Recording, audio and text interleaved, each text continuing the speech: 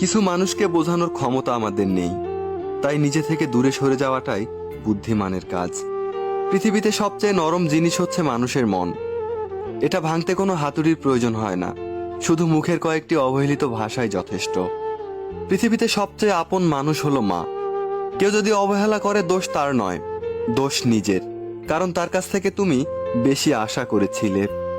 তুমি যদি গরিব হও, তাহলে তোমার নিজের আত্মীয় তোমাকে দেখে এড়িয়ে যাবে। আর যদি তুমি ধনী হও, তাহলে তোমার দূর সম্পর্কের আত্মীয়রাও রোজ দুবেলা করে তোমার খোঁজ নিবে। সময় থাকতে প্রিয় মানুষটাকে মূল্য দিও, হারিয়ে গেলে কেঁদে কি লাভ। সম্পর্ক টিকিয়ে রাখার ইচ্ছা যদি দুপাশ থেকেই থাকে, তবে কোনো সম্পর্কই ভাঙা সম্ভব নয়।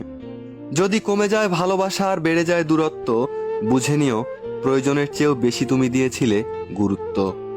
মায়া ত্যাগ করতে শেখো, দেখবে কষ্ট